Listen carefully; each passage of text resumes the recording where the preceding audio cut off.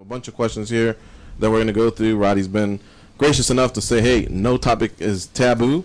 But before I get to all these questions from MMAjunkie.com, TagRadio.com, The Underground, wanted to ask you about a recent appearance on Good Morning America. That didn't sit too well with you.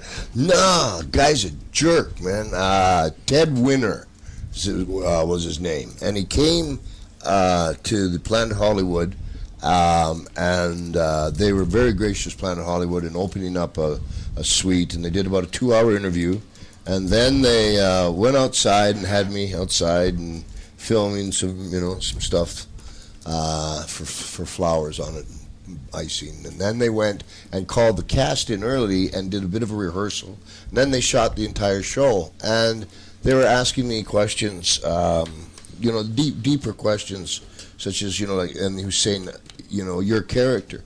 And when he said that to me, I was like, I'm not a character. The reason I wear a kilt is I came 5th in the world playing the bagpipes. And the very first time that I wrestled, I'd never seen a pro wrestling match before. And I was living in the police athletic league, and my amateur coach was a professional referee in Winnipeg, Canada. He says, Roddy, I can get you $25 if you want to take this. So my pipe band played me in, and the way I got my name was the announcer when I was coming in. He didn't know nor care who I was, and he said, but he had to say something. He goes, "Ladies and gentlemen, here comes Roddy the Piper," and the just got dropped. My Christian name is Roderick George Toombs, and that's what all my children go under. What a cool middle name. Thank you, sir. I think so too. And so I was telling this guy. So I said, other than that, I'm a real guy. I'm not a character. So they pulled the real guy out, and the first thing they said was, "Yeah, he's real. His name is Roddy. His real name is Roderick George Toombs, but he calls himself Roddy Piper, and he's not from Scotland. He's from Canada, and he's a pro wrestler."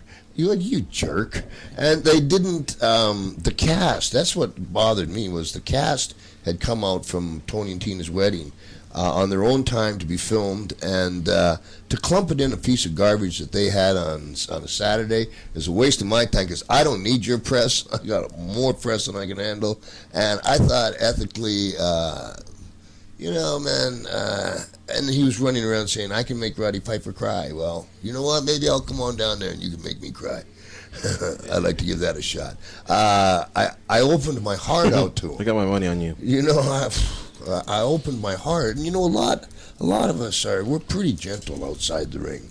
After a while, with folks that wanna talk to you, you need to be kind to them. You need to be gentle. We're rough enough when we do our job, and I was being very, very kind. I was going overboard trying to be kind to this guy, and then they just hacked it and put it with George the Animal Steel, a nice guy. You know why George's tongue was green all the time? No. He ate chlorets.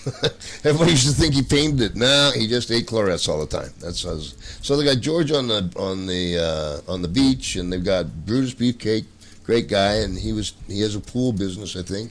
And it's like, where are they now? Well, Roddy, he's into acting now. Well, I'm into acting. I'm doing WrestleMania 25. 2 weeks ago I was on Raw. I was over in England 5 weeks ago. So it was just really inaccurate, and it's the way that the press has always handled professional wrestling. They don't have enough guts to come right up to you and say what they want to do. They just go and sleaze around, and I don't know. That's about as much press as I want to give them. Man. I think you're a piece of garbage. Well, it couldn't have been. It wasn't too big a story because I didn't hear anything about it till right now. So why did I say anything? Well, no, it's just kind of one of the deals where it's like, that guy is such a non-entity on the show. He's even, he's a weekend guy. He's a non-entity on the show even. So it's like you're sent out. So the whole thing he did was trying to make himself as good as Katie Couric, and it didn't really work. So which is really a good observation. But like if you brought your team out, I would have slapped him in the head. You betcha. You betcha. So that hurt more. I've had so many things said about me. I'm pretty. I've been beat down as much. What's your favorite role? Playing a face or playing a heel? Oh, I'm a heel. I've always liked you better as a heel, but that's just me. But that's me though. But they had you doing some face stuff around. I think my memory's horrible, but you had you doing some face stuff. It was kind of like, are they trying to get rid of him? It didn't make any sense to me because You're not a nice guy. You don't play a nice guy. No, I'm not a nice guy. No, I was schooled, hardcore school, and it's way more fun too. Baby faces are office boys, man. That's what I'm a born heel. I'm a born heel. Man. It's the better the roles. It's easy to do because you can get it with anything, and it's all okay. Yeah. As a face, you can't really do anything. You always got to be nice. You always got to, give ground when he's asking for ground, the whole bit. And as a heel, you get no matter what, you get the cheap shot him, get to hit him, and if things go wrong, well, it's not your, that's what happens. That's my fault. That's what I do. What are you talking about? Does your dog bite? That's my dog. The thing too is, from the old school, the heel runs the match. He's the general. You do what he says. So there's a lot of responsibility to it. Back then you got a lot of riots too, and those were. It's like we had a thing called red heat and white heat. You didn't want to get to white heat. White heat, you're going to die.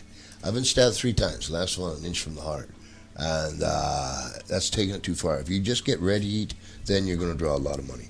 That may not make a lot of sense to anybody, but it's the truth. White heat is you've gone over the line. Like if you slapped a lady, just a course, which I hate. Anybody does that.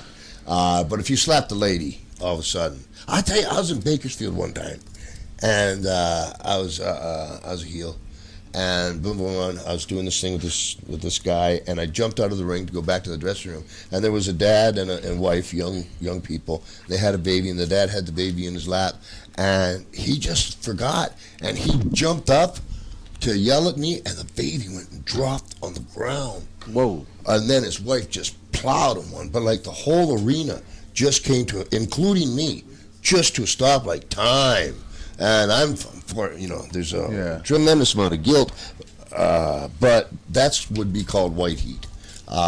Too far, people not thinking. When they're stabbing you, maybe I should have backed off. Well, that's what Tom, a previous caller, was talking about how much influence you guys had on it. I mean, I got in trouble a long time ago when I said that the UFC's main demographics are going after the same demographics that pro wrestling is, which is that trailer park, white neighborhood America with a 12-year-old son and a 45-year-old dad are arguing vehemently about why their guy is the best guy. Like, and there's no other sport in the world. Pro wrestling is the only sport where my 15-year-old son will argue with me whether or not Kevin Nash is better than Sting, whether or not Roddy Piper is better than Hulk Hogan, and we will have, and both of us are right because we can draw from all these matches that we can put together with you guys.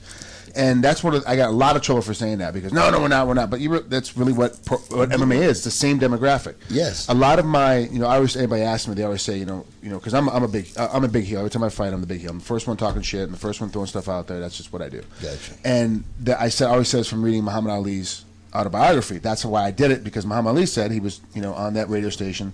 He's fighting for a title in Louisville, I think, and some pro wrestler walks in, talks for 30 seconds, and walks out, and everyone's following him, and no one's following Muhammad Ali. So he's like, this is the thing you have to do, is you have to follow. Even Muhammad Ali knew you had to follow the pro wrestling moniker. But really, at the end of the day, if you break it down, what I'm doing is I'm playing Andre the Giant, Jimmy Superfly Snuka, Roddy Piper, and Hulk Hogan, because those are the guys I watched as I was growing up. Those are the guys that made me want to pay attention to me yelling at, why the hell is Ricky the Dragon grabbing a hold of the referee when Ronnie's behind him kicking the guy in the ribs? I mean, what the hell's going on? I mean, I'm 8 years old going nuts, and it's the same kind of thing. And that's what we do. I mean, we follow you guys because as a fighter, that's the only way I get people to watch my fights, because we're so new as a sport.